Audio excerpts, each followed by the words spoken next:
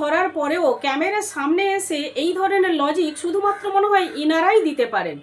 একটা নয়, দুটো নয়, 1000 নয়, 2000 নয়, 30 লক্ষ ভুয়ো অ্যাকাউন্টে লক্ষ্মীর ভাণ্ডারের টাকা ঢুকেছে।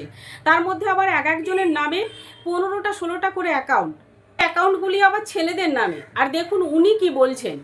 শোনা গেল অমুকের নামে টাকা ঢুকছে, একজন পুরুষের নামে টাকা ঢুকলে ভুল, বাদ দিয়ে দিন স্ক্রুটিনিতে। আবার অনেক ক্ষেত্রে দেখা যাচ্ছে ওই বাড়ির অ্যাকাউন্টটা হয়তো পুরুষের নামেই, স্ত্রী তার সঙ্গে জয়েন্ট অ্যাকাউন্টে আছেন, ফলে সেক্ষেত্রে পুরুষের অ্যাকাউন্টে টাকা ঢুকেছে।